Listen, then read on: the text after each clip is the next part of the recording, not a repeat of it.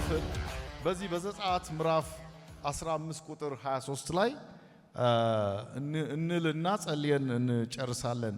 ጌታ ይመስገን። ይሄ ክፍል እንግዲህ ላንብላችሁ እስቲ እንደው ምዕራፍ 15 ቁጥር 23 ልጀምረው። ወደ ማራ በመጡ ጊዜ የማራ ውሃ መራራ ነበረና ሊጠጡ አልቻሉም። ስለዚህ የዚያን ስፍራ ስም ማራ ተብሎ ተጠራ። ሕዝቡ ምን እንጠጣለን ብለው በሙሴ ላይ አንጎራጎሩ ይላል። ይሄ አንጎራጎሩ የሚለው ቃል አጉረመረሙ በሚለው ውሰዱ። እጅግ ተቆጡ የሚል ቦታዎች ሁሉ አሉ። ሊወግሩ ተነሱ የሚል ቦታዎች ሁሉ አሉ። እንደ ቀላል አሁን ስታነቧቸው አጉረመረሙ የሚለው ፓርት ተራ ንግግር አይደለም። በእነዚህ ታሪካቸውን በጣም ስታጠኑ በሙሴ ላይ ቁጣቸው ነደደ የሚል ነገር ታገኛላችሁ። እና ዋይ ለምን አጉረመረሙ፣ ለምን ቁጣቸው ነደደ፣ ለምን አንዳንድ ነገር አረጉ ስትል ብዙ ነገር በውስጣቸው አለ። 3 ቀን ከተጓዙ በኋላ የሚጠጡትን ውሃ አላገኙም። ማራ የሚባል ቦታ ሲደርሱ ግን ውሃውን ሲሞክሩት መራራ ነበር የሚል ነው። እና ከዛ ግን በሙሴ ላይ አጉረመረሙ ይላል። በጣም የሚገርም ነገር ነው። ምን ማድረግ ነበረባቸው? እስቲ ዛሬ ባለፈው ሳምንት ያሳየኋችሁን ተውኩትና ከሰዓት አኳያ ዛሬ ደግሞ በሌላ ላስተምራችሁ። ከማጉረምረማቸው በፊት ከነሱ ምን ይጠበቃል? ምንድነው ማድረግ የነበረባቸው? አጉረምራሚ ሰዎች ምን አይነት ባህሪ አላቸው? ምንድነው ካራክተራቸው? ሁልጊዜ የሚያጉረመርሙ ሰዎች የራሳቸውን ድርሻ የማይወጡ ሰዎች ናቸው። በእንግሊዝኛው ኮምፕሌን የሚያደርጉ ሰዎች ይባላል። ኦልዌይስ ኮምፕሌን። ኮምፕሌን ማለት ከዝቅተኛነት ባህሪ የሚመጣም ካራክተር አለው። እነዚህን ቀናት ማስተምራችሁ አውቄ ነው። አንዳንድ ጊዜ ምንም አይነት ነገር የሚገርማችሁ ነገር እንከን የሌለ አለባበስ ለብሳችሁ ኮምፕሌን የተሞሉ ሰዎች ወይም ዝቅተኛ ባህሪ ያላቸው ሰዎች ያለባበሳችሁን ጥሩ ነገር አይደለም የሚያዩት። ፎልት ፋውንደር ይባላል በእንግሊዝኛ። ኔጌቲቭን ሳይድ ያዩና እናንተን ያወርዷቸዋል፣ እናንተን ዝቅ ያደርጓቸዋል። ትልልቅ ስራ ሰርታችሁ እንዳልሰራችሁ የሚጠቁሟችሁ ጊዜ አለ። እነዚህ ትልልቅ ሰዎችና ባለራእዮች መልካም ሰዎች ነገሮችን ተሸክመው የሚሄዱ እንጂ በቀላሉ የሚያጉረመርሙ አይደሉም። ቪዥነሪስ አያጉረመርሙ፣ ባለራእዮች አያጉረመርሙ፣ ለትልቅ ዓላማ የተጠሩ ሰዎች አያጉረመርሙም።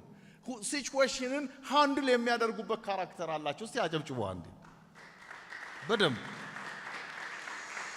አልፎ መሄድ ይችላሉ። ይሄ የዝቅተኛነት መንፈስ የሚመጣ ነው።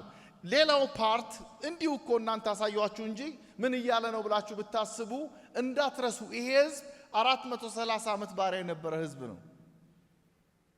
ስሌፍ ሜንታሊቲ፣ የባርነት መንፈስ፣ ነፃ ያልወጣ መንፈስ፣ በትንሹ በትልቁ ኮምፕሌን የሚያደርግ መንፈስ፣ ምስጋና የማያውቅ መንፈስ፣ አምልኮ የማያውቅ መንፈስ፣ ነፃነት የሌለው መንፈስ። ይሄ ነው የሚያታግለው። እንደው ልክ ስሰብረው እናንተ አሜን ትላላችሁ በጎ ስለምናገር። እንዲህ አይነት ተጽዕኖች በኢየሱስ ስም ይሰበሩ። ጎሽ ጌታ ይባርክ። ይሰበሩ። አሜን በሉ እስቲ። ከዙሪያችሁ የተነቀለ ይሆን፣ የተመታ ይሆን። አሜን በሉ እስቲ። ስሌቭ ሜንታሊቲ እግራቸው ወጥቷል። ልባቸውና አይምሯቸው ግን ግብጽ ውስጥ ነው ያለው። የፈርዖን ተጽዕኖ ቅጥቀጣው ይገርማቸዋል። ነፃ አላወጣቸው። እንደው እግረ መንገዴን ዛሬ ልስበረው። በናዝሪቱ ጌታ በኢየሱስ ክርስቶስ ስም እየተከተለ በመንገድ ፊት ለፊት ነገሮችን ማራ የሚያረግብን የማጉረምረም መንፈስ የተመታ ይሆን። ሁለት ሰው ነው አሜን ያለው። አሜን በሉ ባካችሁ። አያችሁ ባይብል ምን ይላል? መልካም ብታስብ ይላል ፊትህ ያበራ ነበር ይላል። ብራይትነስ፣ ሰክሰስ፣ ጆይፉል፣ ጤናም ጭምር ሜዲቴት የምታደርጉት ውጤት ነው። ያስተሳሰባችን ውጤት ነው። ስኬት ያስተሳሰባችን ውጤት። at the same time በቅባት እንደሚመጣ ሁሉ ኢቭን ቅባት ፋንክሽን የሚያደርገው አኖይንቲንግ ፋንክሽን የሚያደርገው መንፈስ ቅዱስ ፋንክሽን የሚያደርገው እያወጉ በሄዱ ጊዜ ነው የሚለው መጽሐፍ። እያጉረመረሙ አልነበረም። ኤልያስና ኤልሳ አብረው በሚሄዱበት ጊዜ ቀላል ነገር አይደለም። እነዚህ ነገሮች ግን እያጉረመረሙ አልነበር፣ እያወጉ ሲሄዱ ይላል። ማውጋት ምንድነው? ልብን የሚያሞቅ ጨዋታ፣ ልብን የሚያሞቅ ደስታ። ሃሌሉያ! ክብር ለእግዚአብሔር ይሁን። between that እግዚአብሔር የእሳት ሰረገላ መጣ ይላል። ክብር ለእግዚአብሔር ይሁን። anointing በጆይ ውስጥ ነው የሚሄደው። እስቲ ባልና ሚስቶች በዚህ ቅባት ዛሬ ባረኳችሁ። አሜን በሉ እስቲ። ኧረ አሜን በሉ እስቲ። ልክ የድሮ ሴት ብትሆን የእግር ውሃ ላቅርብልህ ትላለች። ክብር ለእግዚአብሔር። የሞቀ ውሃ እግርህን ታጠብ። ያ እንደዛ ነው እኮ አባቶቻችን። እንኳን ደህና መጣ ፈገግ ማለት እሱ ይቀድማል ከፍትፍቱ። ምን አቅም ያለን ሰዎች ፊታችሁን አጨማዳችሁ ፍትፍቱን ብትሰጡን አንበላላችሁ። ወተን ያለሚቱ ሽሮ እንበላለን። ክብር ለእግዚአብሔር ይሁን። አልሰማችሁኝም? አሁን ሴቶች ዛሬ ይቆጡኛል። ነው በምንም አይነት መንገዶቻችንን ፊውቸሮቻችንን ደንቃራ የሚያደርግብን ነገር ፖይንት እንዳትረሱ። እግዚአብሔር በኔቸር ማራ የሚባል ውሃ አልፈጠረም። ማንኛው የሰው ልጅ ካመጣው ችግር የተነሳ ነው። እግዚአብሔር የፈጠራቸው ነገሮች መልካምና እጅግ መልካም ብቻ ነው። መጥፎ ነገር እግዚአብሔር በምድር ላይ ፈጥሮ አያውቅም። ዓለማት የሰዎች ልጅ ባህሪ ነው። የሰዎች ልጆች ባህሪ ደግሞ ከሰይጣን ተቀብለው ነው። አሁን አንድ ሰው ልባርክ። ይሄ ብራይትነስ ማለት እዚህ በቃ ጥቅስ ልስጣችሁ ደስ ይላል። ከዚያን ቀን ጀምሮ በባሏ ፊት ሐዘንተኛ መስላ አልታየችም የሚለው ባሏን ስለጠላችሁ ነው እንዴ? አይደለም። የሐና ሐዘን ሰውየው ሐዘንተኛ አልነበረም ልጅ ባይኖራቸውም። listen carefully በጣም ተማሩ። ሐናን ስለምትወዱ እልቃና መጥላት የለባችሁ። እውነቴን ነው የምላችሁ። መጽሐፍ ቅዱስ ስትማሩ በሁለት አቅጣጫ ተማሩ። እኩል ሌቭል መምጣት መቻል አለባችሁ። ዛሬ ማንኛውም ሐዘን ከፊት ለፊታችን ደንቃራ እንዳይነነቅል በኢየሱስ ስም ነቅየዋለሁ። አረ ተማሩ ባካችሁ። እስቲ አሜን በሉ እስቲ። አብራችሁ የምትሰሩት ሰው ፈገግ ብሎ ካልተቀበላችሁ አይሆንም። አብራችሁ የምትኖሩት ሰው ሐዘንተኛ ከሆነ አይሆንም። እኔ ያነበብኩት መጽሐፍ በልቡ የሚያዝን ሰው ይላል ምሳሌ ለ15 ስትሄዱ ነፍሱ የተሰበረ ነው ይላል። ነፍስ ማለት ዕውቀት የሚቀመጥበት ቦታ ነው። ፕሮስፐሪቲ ብላችሁ የምታወሩት፣ ሀብት ብላችሁ የምታወሩት፣ ዕውቀት ብላችሁ፣ ጥበብ ብላችሁ፣ ትምህርት ብላችሁ፣ ስራ ብላችሁ ምናምን ጀግና ነኝ ምናምን የምትሉት ነገር በሙሉ የሚከማቸው ነፍስ ውስጥ ነው። ዛሬ ብዙ ሰው ሐዘንተኛ ነው። ከሐዘኑ የተነሳ ፊት ለፊቱ ማራ ነው ያለው። እግዚአብሔር እንኳን እንዳይሰራ ማጉረምረም እጁን ይይዘዋል። ይሄው መጽሐፍ ስታነቡት 16ኛው ምዕራፍ 15 ነው አይደል እንዴ? በምድረ በዳ እየተጓዙ እያሉ ዝም ብላችሁ ብታጠኑ በጣም መጽሐፉ የሚያስቀኝ ነገር በሚበዙት እግዚአብሔር አልተደሰተም ይላል። እግዚአብሔር የሚደሰተው በእናንተ ሳንቲም ስታዋጡለት ነው። አመሰግናለሁ ብላችሁ ፈገግ ስትሉ ነው። ክብር አስገቡ እስቲ፣ በደም ክብር አስገቡ። ተማሩ ዛሬ። በኮርማችን እግዚአብሔር አይደሰትም። በስጦታችን እግዚአብሔር አይደሰትም። ባደረገልን ነገር ጆይፉል ስንሆን እየቆጠርን ስናመሰግን። እኔ እንኳን ቅድም ጄኔሬተሩን ስቆጥር ይሄን ስቆጥር ያን ስቆጥር ዛሬ ዞር ብላችሁ ስታዩ ወደ ኋላ ስትመለከቱ እግዚአብሔር ያላደረገላችሁ ነገር የለም። በእልልታና በጭብጨባ ግቡ። ዛሬ በረም ግቡ። ሃሌሉያ ማቻቶራ ባዲያ እስቲ አሜን በሉ። እግዚአብሔር የማንም ባለዕዳ አይደለም። አንድ ሰው ልባርክ። በቅርብ ቀን እግዚአብሔር እጅህን ባፍ ያስጭናል። ወይኔ ሰው የለም ዛሬ። እጅሽን ባፍሽ ያስጭንሻል። ይልቁንስ ከወደቃችሁበት ፈጥናችሁ ተነስታችሁ ወደ ምስጋና ግቡ፣ ወደ እልልታ ግቡ፣ ወደ ደስታ ግቡ። ፕሊዝ እስቲ አሜን በሉ። እንዴት ደስ ይላል! ስሙ ይባረክ። ኢቭን ለሰውነት ውቅራችሁ፣ ለጤናችሁ፣ ለስኳር፣ ለደም ብዛት፣ ለተለያየ በሽታ ወደ እናንተ እንዳይገባ አስቡት። ውሃውን መራራ ካረገ ደማችሁን እንዴት መራራ ያረግም? አካላችሁን እንዴት መራራ ያረግም? እንዲሁ ሰው ከመሬት ተነስቶ የሚበሳጭ ሰው እንዳለ ታውቃላችሁ። ዲል አድርጋችሁ መስበር አለባችሁ። እንዲሁ የሚከፋው ሰው እንዳለ ታውቃላችሁ። እንዲሁ ብላችሁ አታስቡ። የጠላት ስትራቴጂክ ፕላን ነው። በናዝሬቱ ጌታ በኢየሱስ ስም ሰብሬዋለሁ። ኧረ ጩህና አሜን በል። አንድ ሰው ልባር ትካዜን እግዚአብሔር ዛሬ ወስዶታል። በልቡ የሚያዝን ሰው ነፍሱ ይሰበራል። ነፍሱ የተሰበረ ሰው ደግሞ ይላል ዘመኑ የተከፋች ናት ይላል። ፊውቸር የለው። አንድ ሰው ምን አለ? እስቲ በዚህ ሞክሩት አለ። እስቲ በዚህኛው ሞክሩት አለ። ቤታችሁ ውስጥ ቀንበር ቢኖር፣ ኑሯችሁ ውስጥ ቀንበር ቢኖር፣ ሲዳራችሁ ላይ ቀንበር ቢኖር እስቲ በዚህ ሞክሩት አለ። አንድ ሰው ምን አለ?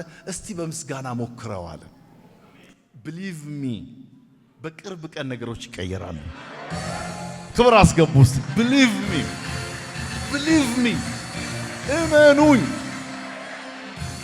እስቲ አሜን በሉ እስቲ። በቅርብ ቀን ነገሮች መልካቸውን ይቀየራሉ። ያን አስቸጋሪ ልጅ እስቲ እየባረካችሁ ጸልዩ። ያን አስቸጋሪ ልጃችሁ ልድገሙ እየባረካችሁ። እግዚአብሔር ሲፈጥረው እሱ በመጀመሪያ ደረጃ አስቸጋሪ ሆኖ አልተፈጠረም። ሁኔታዎች ነው የመጡበት። ቢሊቭ ሚ ነገሮች ሲቀየሩ ታያላችሁ። በጣም ያደኩበት ቤት ትንሽ ይሄ አቢዩዚቭ ይሄ ጥቃት በሰው ላይ ጥቃት ሲያደርሱ የማያቅ ሰው ስር ነው ያደኩት። ጥቃት ማድረሱን እንኳን የማያቅ ግን እሱም በሌላ መንገድ ስላለፈ ያለፈበት እኔ ላይ ነበር የሚያደርገውና ራሴን ከቻልኩ በኋላ ዓለም አቀፍ ሰው ከሆንኩ በኋላ አቅም ከኖረኝ በኋላ በደም ተከታተሉኝ። ዛሬ በህይወት ያቃተኝ ያን ሰውዬ ባየው ጊዜ የሚሰሙኝ ስሜቶች ናቸው። በኋላ አንድ ቀን አንድ ነገር ገባኝ። ይሄ ነገር ካንተ የሚነቀለው ተንበርክከ ስለዚህ ሰው ስታመሰግን ነው አለኝ። ይገርማችኋል፣ ተንበርክኬ ማመስገን ስጀምር መጀመሪያም እዛው ቤት ውስጥ ያለው ነጋዴ ስለነበርኩ አቅም ያልኳችሁ ያኔ ነው። በኋላ ደግሞ ሁለተኛ ዙር ነው እሱ ፎርጊቭነስ ነው። እና ዝም ብዬ ተንበርክኬ ሳመሰግን አንድ ቀን ጠራኝና የሚገርማችሁ ነገር አንተ በኔ ልጆች እዚህ ቤት ላሉ ልጆች በዚህ ቤት ማደግህ ወደ ኋላ ዞር ብዬ ሳስብ ስላንተ እግዚአብሔርን አመሰግናለሁ። በግራ በቀኝ ሳይ የያዝከው ሃይማኖት ጠቅሞሃል መሰለኝ፣ ለልጆች የጥሩ ሞዴል ሆንክ ብሎ ያመሰግነኝ ጀመር።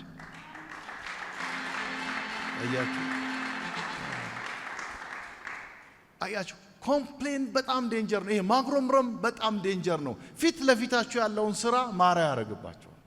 መልካሙን ሰው ክፉ ያረጋግባቸዋል።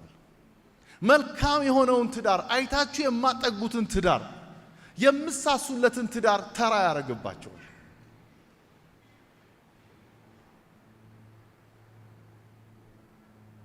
ደስ ብሏችኋል እንዴ ዛሬ ወይስ ከፍቷችኋል?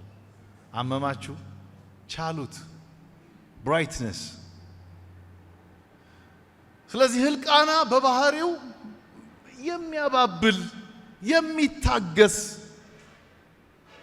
በቃ ግድ የለሽም ይሄ ነገር የሚል እኔ እኮ ከ10 ልጅ እሻልሻለሁ የፈለገ ነገር ቢሆን። ሐና ጋር ደግሞ ስትመጡ ምርር ብላ የምታለቅስ ናት። ግን ምርር ብላ ስላለቀሰች የተቀየረ ነገር የለም። ቢሊቭ ኦር ኖት ኮንሲዩም ወይም መጸነስ የቻለችው አንድ ነገር ስታረግ ብቻ ነው። መልእክቱ ሲመጣ አሜን ብላ ተቀብላ ከዛን ቀን ጀምሮ አንድ ውሳኔ ወሰነች። ሐዘንተኛ መስላል አለመታየት። ክብር አስገቡ እስቲ። ችግረኛ መስላል አለመታየት። እልልታ አስገቡ ባካችሁ። እልልታ አስገቡ። በደም ክብር አስገቡ እስቲ። አንድ ሰው ልባርክ። ሳሙኤል የተባለው ሳሙኤል ከዳን እስከ ቤርሳቤ የአፉ ቃል ጠባ የማይለው ፓወርፉል የሆነው ሳሙኤል በሐዘን አይደለም የተወለደው፣ ደስተኛ ከሆነች ሴት ነው። እልልታ አስገቡ እስቲ።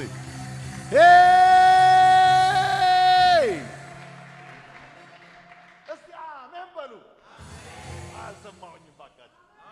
እስቲ አሜን በሉ። ኧረ አሜን በሉ። እምቢ አላችሁ። አሁን ይሄን አላያችሁትም? ከመጽሐፍ ቅዱስ ከሐዘንተኛ ሴት አይደለም የተወለደው። አይገርማችሁ? ደስተኛ ከሆነች ሴት ነው የተወለደው።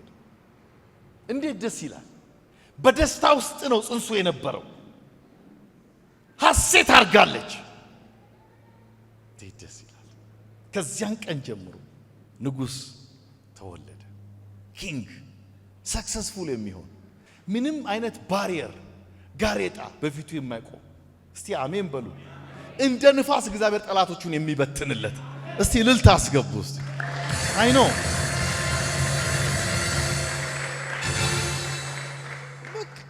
በላህ ሌላ ነው፣ ጠጣህ ሌላ ነው። ሽክ ብለህ እንደ ፓስተር አልሰማኝም።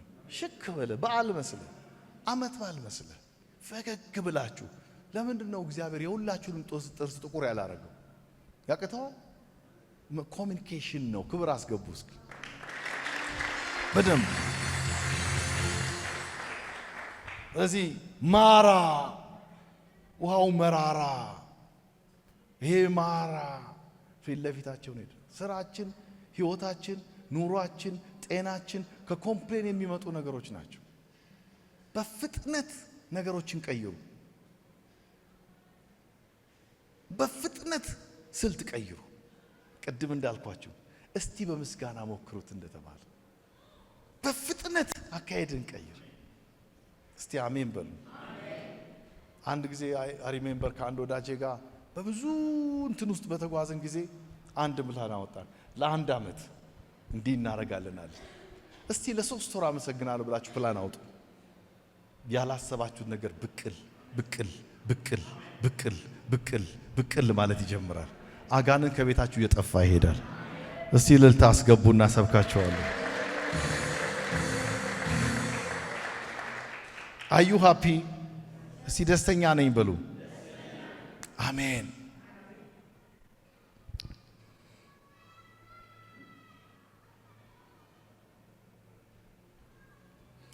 ወደ ማራ በመጡ ጊዜ የማራ ውሃ መራራ ነበርና ሊጠጡ አልቻሉም። ስለዚህ በዚያ ስፍራ ስም ማራ ተብሎ ተጠራ ይላል።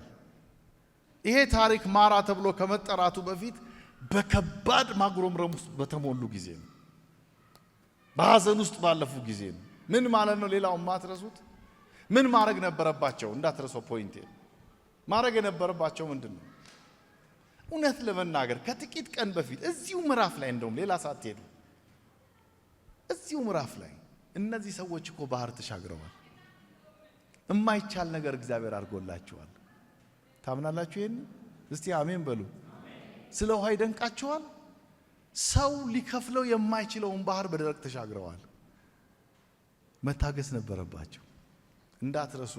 ኮምፕሌን የሚያደርጉ ሰዎች ኢንፌሪቲ ኮምፕሌክስ ብቻ ሳይሆን ፕሮብሌማቸው ትዕግስት የላቸውም። ትዕግስት የሌላቸው ሰዎች ናቸው። ነገሮች እንደሚቀየሩ ፈጥነው የሚረሱ ሰዎች ናቸው። የትላንትናውን ውለታ የሚዘነጉ ሰዎች ናቸው። ዝም ብዬ ነካ ነካ ላድርግላችሁ። የትላንትናውን የእግዚአብሔርን ስጦታ የሚዘገዩ እኔ ከዛ ይልቅ እስቲ ሁሉንም ልተውና እግዚአብሔር እንዴት ብሎ ያያቸው ይሆን? አንተ ሙሴ ከግብፅ አውጥተ በዚህ ባህር ዳር ልትገለን ነው ብሎ ኮምፕሌን ሲያደርጉ ሙሴ ወደ እግዚአብሔር ጮኸ የሚል አላያችሁ? ወደ እግዚአብሔር ጮኸ ይላል መጽሐፍ ሲናገር። ከዛ ምን አለ? እግዚአብሔር የሚያደርጋትን ማዳን ተመልከቱ፣ ለአንዴና ለመጨረሻ ግን እነዚህ እስራኤላውያን አታዩአቸውም ብሎ በተናገረው ቃል የእግዚአብሔር መንፈስ ወደ ሙሴ መጥቶ እጅ ላይ ምን አለ ነው ያለው አይደለም? ባህሩን ምታው ሲል ተሻግረዋል እኮ በደረቅ እና ከበሮ ደግሞ አንስተዋል። እንዴት ከዝማሬ እንዴት ከታላቅ ደስታ! ከመቼው ቀዘቀዘባቸው፣ ከመቼው ረሱት፣ ከመቼው ጠፋባቸው፣ ከመቼው ደግሞ ማጉረምረም ጀመሩ፣ ከመቼው ድንጋይ ማንሳት ጀመሩ። ለዚህ ነው በሚበዙት አልተደሰተም ብሎ የጻፈው። በሚበዙት አልተደሰተም። ምሎ ማለት ጨክኖ እንዳወጣቸው ስሙን እንዳስከበረ ጨክኖ ግን የተስፋ ቃላቸውን አላወረሳቸው። መካከል ላይ ጣልቃ ወይም ይሄ ደንቃራ የሆነባቸው ነገር የማጉረምረም መንፈስ ነው። ኮምፕሌን የማረግ መንፈስ። አንዳንዶቻችሁ አይገባችሁም። ምን እንደሆነም ምን እንደምንማርም ላይገባችሁ ይችላል። ብሊቭ ኦር ኖት ግን ኮምፕሌን ከምናረገው ይልቅ የምናመሰግንበት ነገር ብዙ ነው። እስቲ ወደ ሌላው እንድሻገር ክብር አስገቡና ልሻገር። ብዙ ነው። አዩ ሃፒ? እስቲ ደስተኛ ነኝ በሉ። አሜን አላችሁም? እና ምን ይላል? ሙሴ ወደ እግዚአብሔር ጮኸ፣ እግዚአብሔርም እንጨትን አሳየው ይላል። ሌላ ፓርት ሁል ጊዜ እንድታሰምኑ የምፈልገው ህዝቡ ወደ ሙሴ ይጮሃሉ። ጩኸታቸው ጤነኛ አይደለም፣ መፍትሄ ፍለጋ አይደለም። ዝም ብላችሁ ወደፊት እንኳን ተሻግራችሁ ስታጠኑት ይህን ክፍል በግብጽ እያለን በሞትን ነበር ነው ያሉት።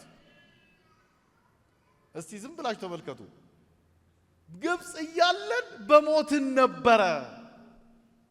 እንዴት የሚገርም ንግግር ነው። እዛ የምንበላው ምንቸት በጣም ይገርማል። ዱባው፣ ሽንኩርቱ በጣም ይገርማል። ባርነት በቀላሉ እንደማይለቅ ያወኩት በዚህ ነው። አይገርማችሁ? ናፈቃቸው። ወደ ኋላ የሚጎትት የሚናፍቅ መንፈስ በኢየሱስም ሰብሬዋለሁ። ወደፊት እንደ ባለራዕይ ዛሬ ትሄዳላችሁ። ወደ ራእያችሁ ክብር ትገባላችሁ። እስቲ አሜን በሉ። እስቲ የሆነ ሰው ወደ አዲስ ነገር ዘሎ ገባ።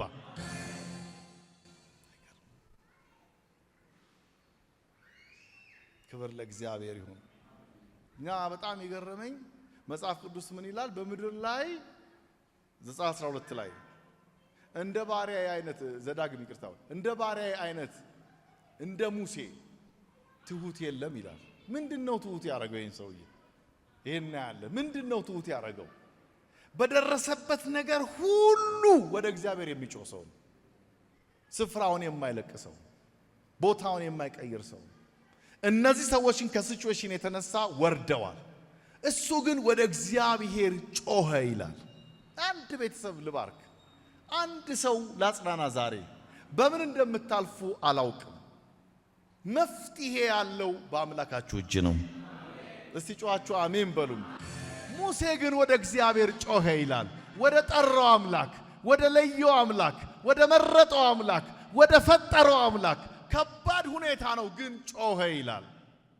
መፍትሄ መጣ። እግዚአብሔርም ለሙሴ በትርን አሳየው ይላል። አንድ ሰው ልባርክ፣ እግዚአብሔር በእነዚህ ወር ይጠቁማቸዋል።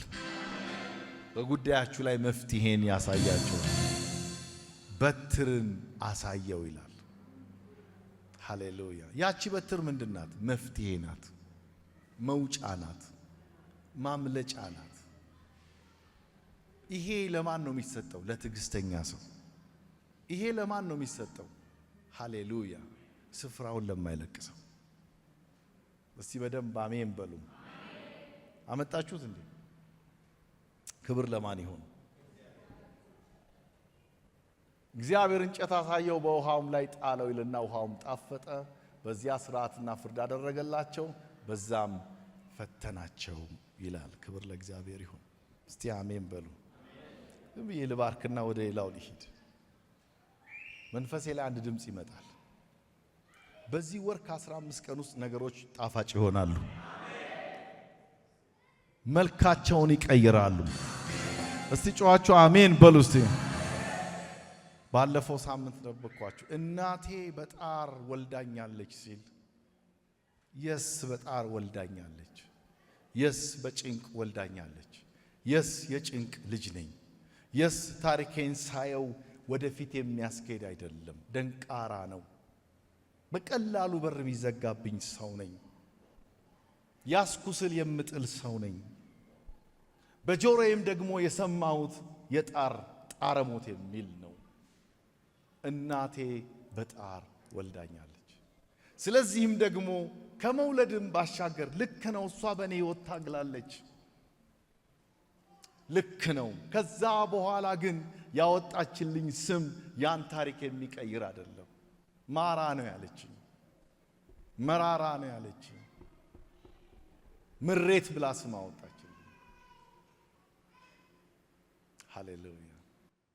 አቤቱ ብሎ ጮኸ። ክብር አስገቡስ። ልጨርስ። አቤቱ አቤቱ እልልታ አስገቡስ። አቤቱ አንድ ሰው ይውሰደን የሁሉ ዳኛ ወደ ሆነበት፣ ነገሮችን ወደሚቀይር፣ ታሪክን ወደሚለውጥ አንድ ሰው ልባርክ። የኔን ሕይወት የለወጠ ያንተን ሕይወት ፈጥኖ ይቀይራል። አቤቱ መባረክን ባርከኝ፣ ባርከኝ። ቀጥሎ እንዳላዝን አይ ኖ ቬሪ ዌል ሐዘን ሶሮ እንዳላዝን ማን ነው ዛሬ የሚቀበለኝ? ከኔ የሆነ ሰው ልባርክ። ፊውቸራችሁ የደስታ ይሆናል። እንዳላዝን በሉስ እንዳያሳዝነኝ እናቴ ያወጣችልኝ ስም ሄዶ ሄዶ ሄዶ ሄዶ ሄዶ ሄዶ የሆነ ቦታ ላይ ደንቃራ እንዳይሆንብኝ እንቅፋት እንዳይሆንብኝ። ወይኔ ጨካኝ ሰው ዛሬ ባገኝ። አንዳንዶቻችሁ ስትሰሙኝ ምንም እንዳልሆናችሁ ነው። ዛሬ ብትጨክን ይሻላል ከኔ ጋር። የሆነ ጊዜ ላይ እድሜ ባለቀ ጊዜ ፈተና ሆኖ እንዳይመጣብኝ፣ ጉልበቴ ባለቀ ጊዜ ለማኝ እንዳያረገኝ እባክህ ብትወስድ ይሻላል። አንዳንድ ስራዎች ዛሬ ይሰራሉ። ሃሌሉያ። ሰዎች ሁሉ ሲሻገሩ እኔን ወደ ኋላ እንዳያስቀረኝ።